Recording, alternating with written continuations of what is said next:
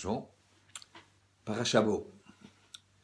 La paracha nous montre un point extraordinaire qui est qu'on pourrait caractériser par le respect d'autrui.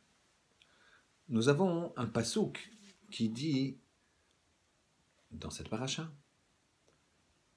Hachem s'adresse à Moshe et Aaron et leur dit parlez à toute l'assemblée des Béné Israël. Alors c'est étonnant parce qu'au début de l'histoire de la libération des Juifs d'Égypte, Hachem a dit à Moshe, Ata Tedaber, toi tu vas parler.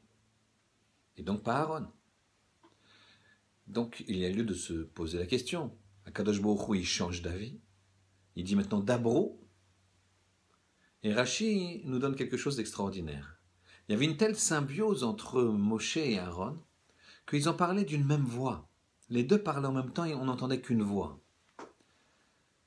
Rashi précise aussi pourquoi on est passé de Ata Tedaber, toi tu parles, au début de la libération d'Égypte, et là, sur la fin, dans les 3 dernières plaies, Dabru el Kol Adat Ben Israël, parler à toute l'assemblée des Ben Israël.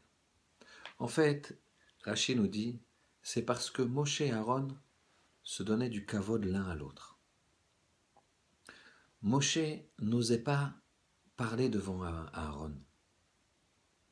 Alors, Aaron, lui, il voulait donner tout le kavod à Moshe. Imaginez.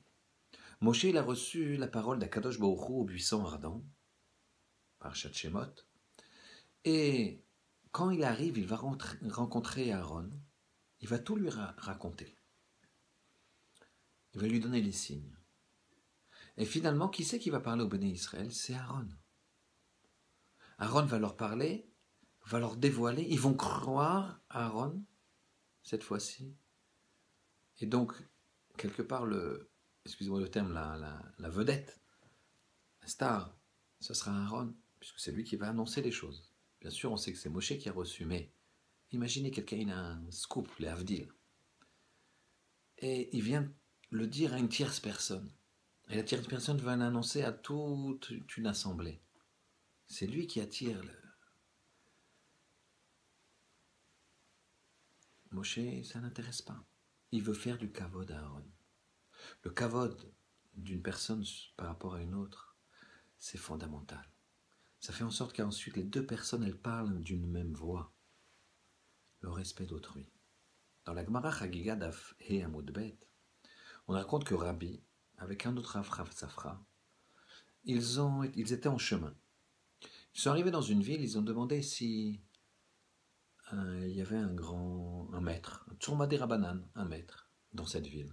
Et que, comme veut le Derech Eretz, la façon de faire, quand un Rav vient dans une ville, même si c'est un très grand Rav, par rapport au Rav de la ville, il doit aller voir le Rav de la ville, puisqu'il vient dans sa ville.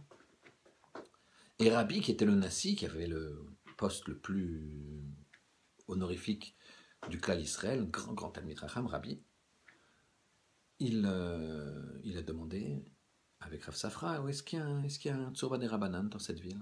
On lui a dit oui. On lui a dit, il est Maor et Naïm.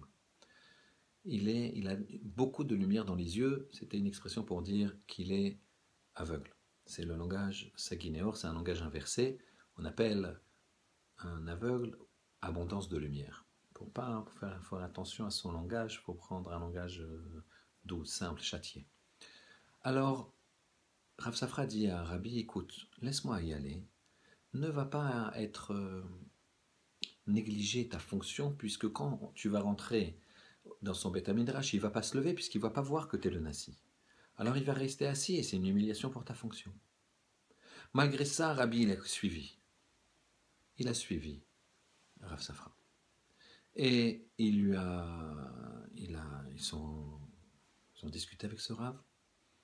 Et quand ils se sont quittés, ce Rav qui était Saginéor, qui ne voyait pas, il leur a dit, vous avez reçu le visage d'un homme qu'on voit, mais qui ne voit pas, que vous soyez zoré, que vous méritiez de recevoir le visage de quelqu'un qui y voit, mais qui n'est pas vu, c'est-à-dire d'Akadosh Baruch Hu. Voilà ce que c'est quand on donne le kavod. On reçoit Pnei HaShechina, Akadosh Baruch Hu nous regarde aussi. Alors qu'Hachem fasse qu'on ait bien conscience de tout le kavod qu'on doit à nos proches, à nos épouses, à nos enfants, à nos parents, à nos prochains, à chacun des Béné Israël, et qu'Hachem nous donne cet visage. Shabbat Shalom.